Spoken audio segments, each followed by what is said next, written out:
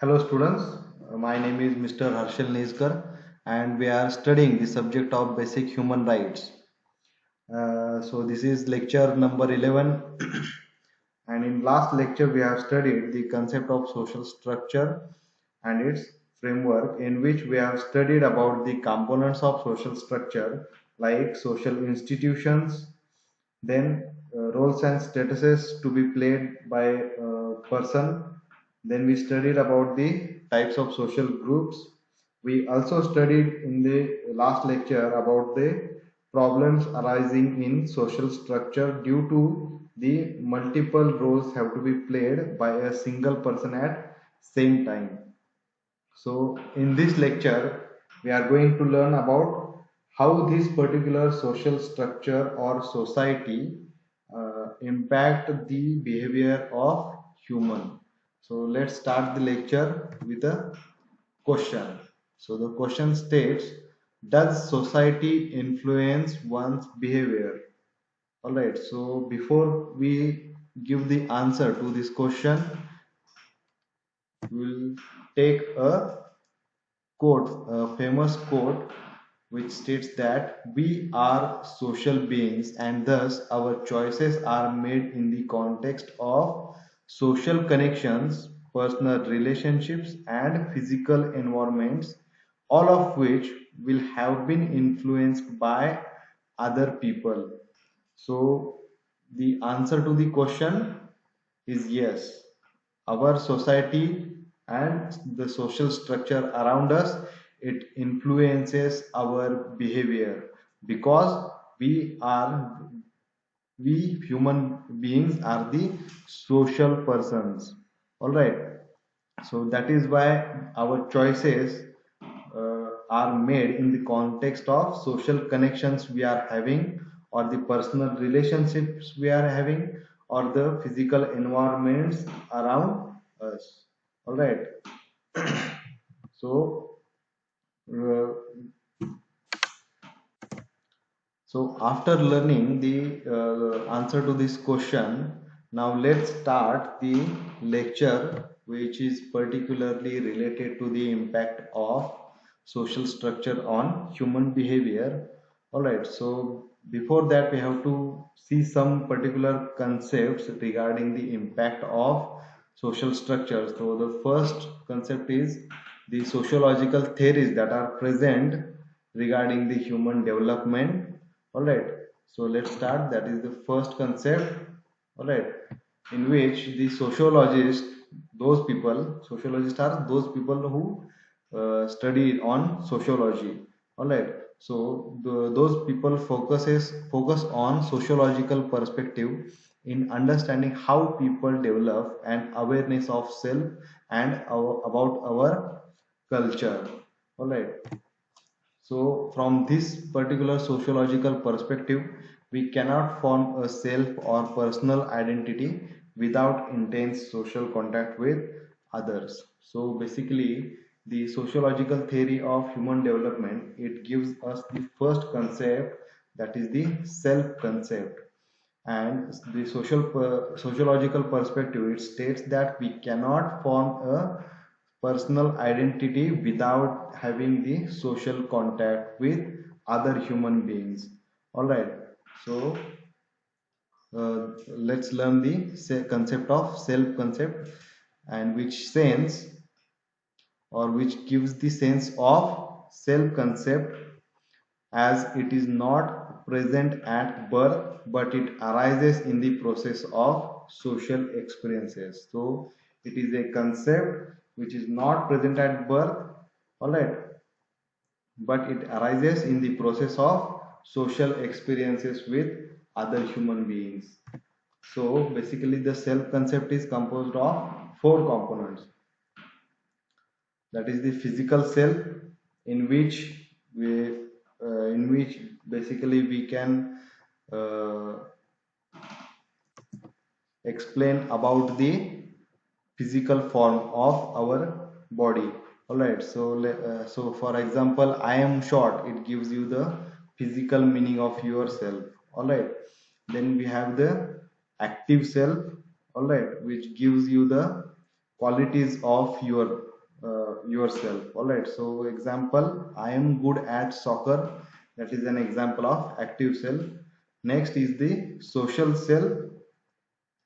So that's particular skill or that particular concept. It states how you are, how your relationships are with the other human beings. So, for example, if you say that I am nice to the others, that gives you the your social relationships with the other human beings.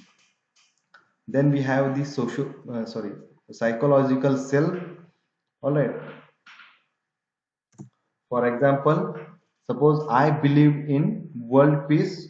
It gives you the psychological strategy of your mind. All right, so basically self concept is the human mind development due to the impact from the social experiences. All right, so that was the first concept, that is the self concept. All right, so let's move on to the next concept of self identity. So what is self identity? It is our perception about what kind of person we are. So that is the our perception of mind about what kind of person we are to the others present in the social structure. So as we have seen, socially isolated children do not have typical self identities because they have no experiences of humanness. So suppose there is a child who is not particularly allowed to go into the society, or he is isolated in the house for almost his childhood, and when he goes into the society, then he will experience some kind of problems in the social structure or while socializing in the society. All right, so because that is because he doesn't have any self identity as the social as the social, as he has no social experience. All right, so our interpretation and evaluation of language, symbols and interaction with others is central to our social construction of our identity. So basically this self identity is made up uh,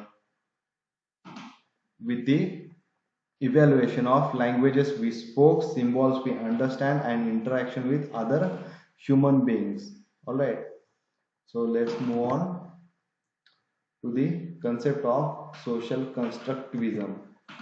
So basically, social constructivism is the term applied to the theories that emphasize the socially created nature of social life. So basically, this particular uh, topic, it is related to the social structure.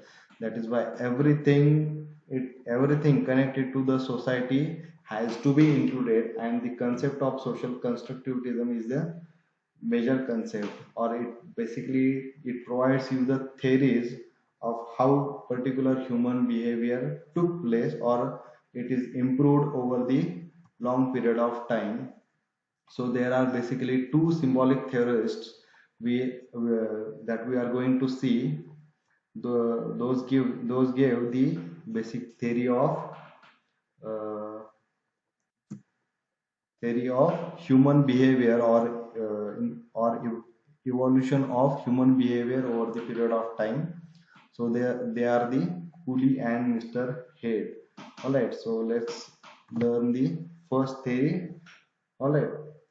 So, Mr. Charles Horton Cooley, he believed that a person internalizes or anticipates the attitude of others towards him or her and responds or reacts to those attitudes only. Alright, so basically, this theory is called as the looking glass self. So, basically, what this theory explains is that a particular person imagines how the people around him uh, judge him, and then he responds or reacts to those people with particular that attitude. So to explain this particular concept of looking glass self, we'll have an example. Suppose there is a person and he imagines how he appears to other people.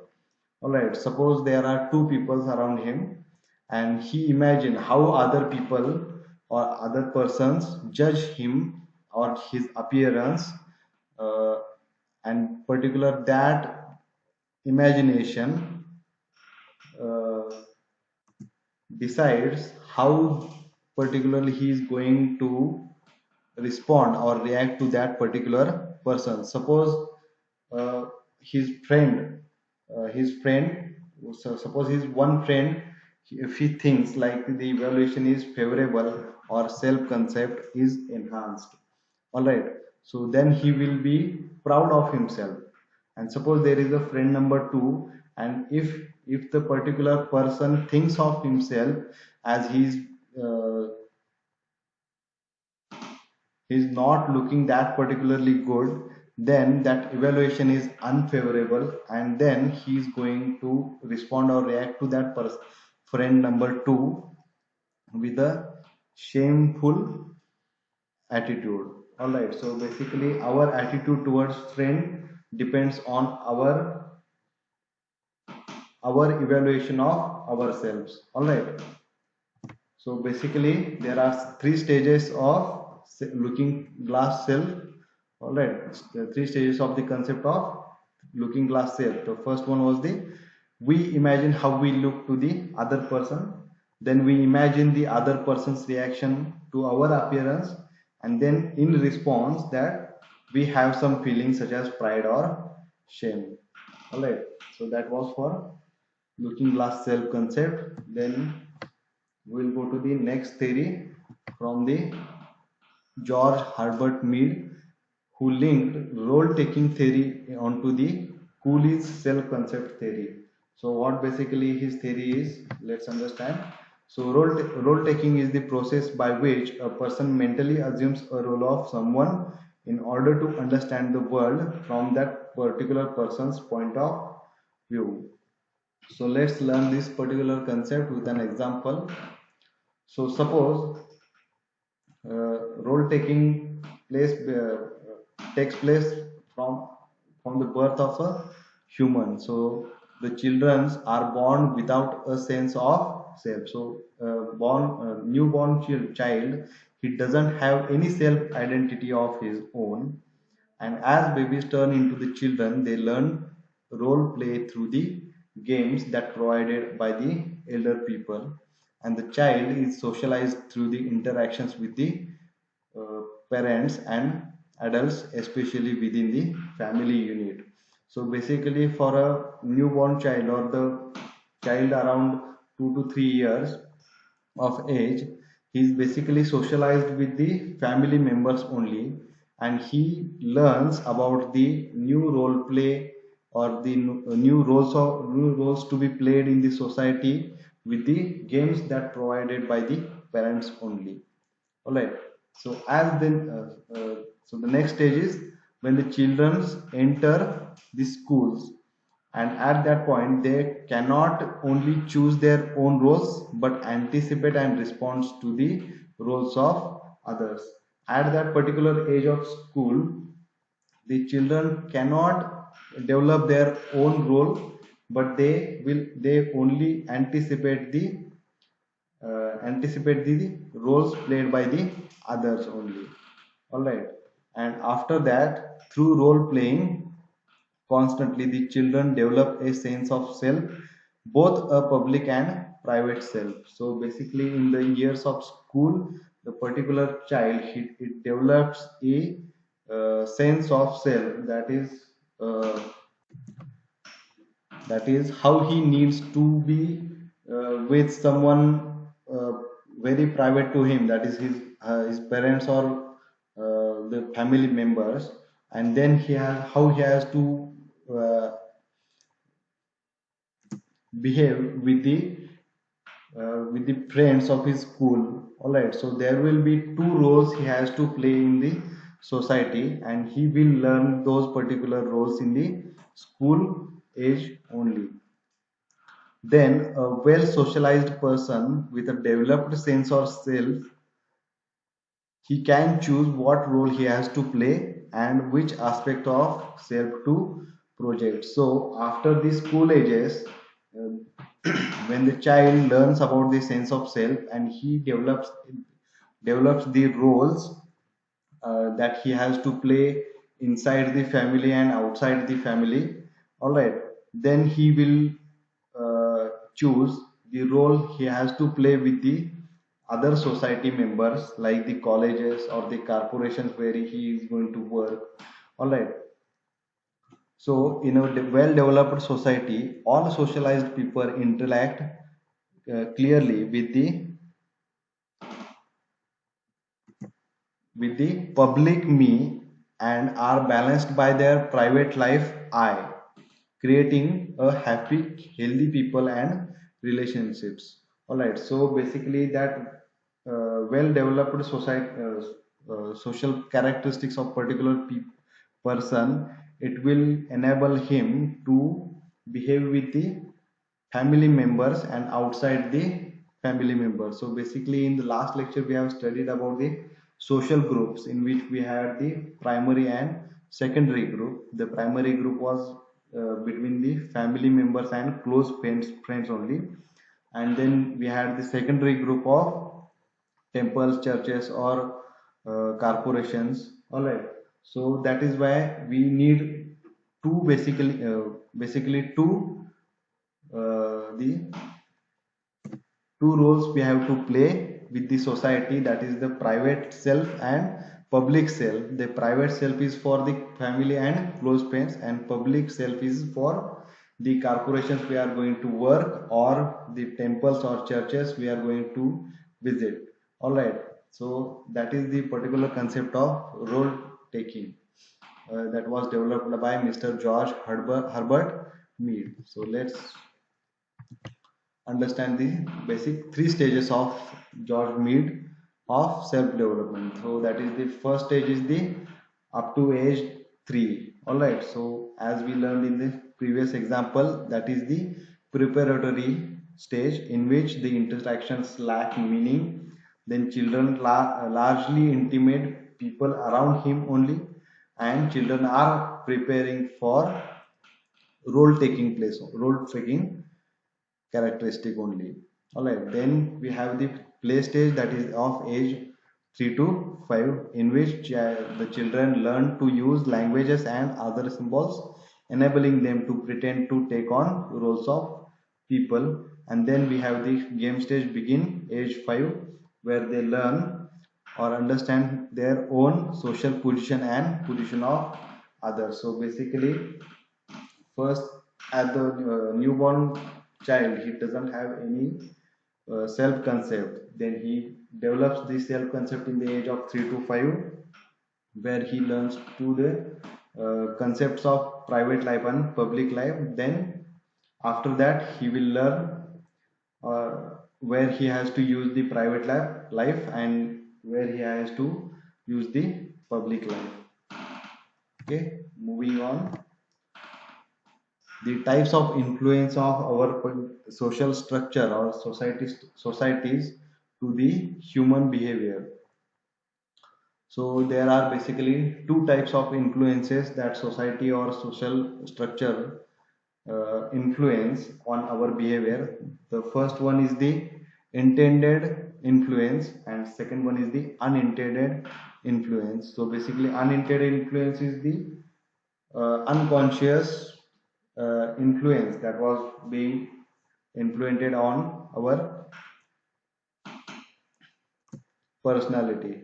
All right, so we will learn this particular intended influence of society. So basically the intended influence, it is the capacity to intentionally influence others. All right, so we will learn the forms of power, that is forms of intended influence. So first of all is the first form of power is force. which is treating a human as an object. So in the ancient times, there was owner who was whipping the slaves. All right. So that was part of the intended influence. So suppose we have to influence our thoughts to the other person, and if we have to use, or if we had to use the force to impart our thoughts to the other people, that particular form of power is force. Then we have the next type, that is as manipulation. So aside from using the force to impart our thoughts to the other people, we have the manipulation power. Any deliberate attempt to influence or elicit a desired response from another person. So this basically is a concept where one person controls the actions of other people with a power given to him indirectly by that particular person or particular society. All right, so that is the concept of manipulation. Then we have the concept of persuasion. So basically, it occurs whenever someone agrees with someone else's arguments or appeals after evaluating them independently in light of his or her own interests. So basically, persuasion is a influence that is imparted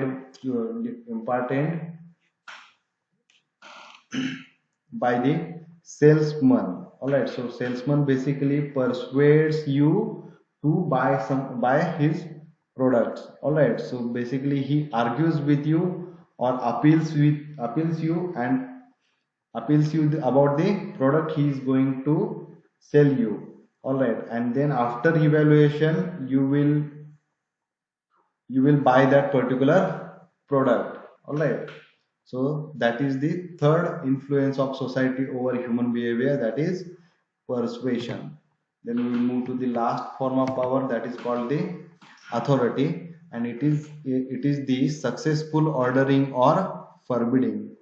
So basically authority, it is a relationship of command and obedience. So the authority, it has five types based on motivations for obeying. First one is the coercion, which is authorized by punishment or threat of force.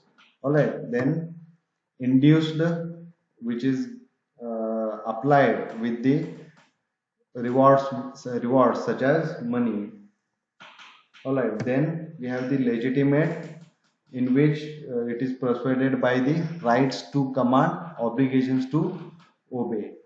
All right, and then we have the competent, which is based on perceived expertise, and the last one is the personal, that is based on desire to please.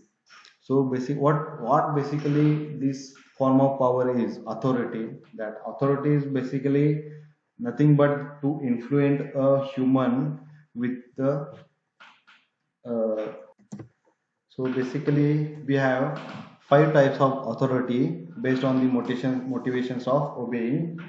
All right, so in which the first one was the coercion. That means a person is influenced with the authority of punishment or threat of force.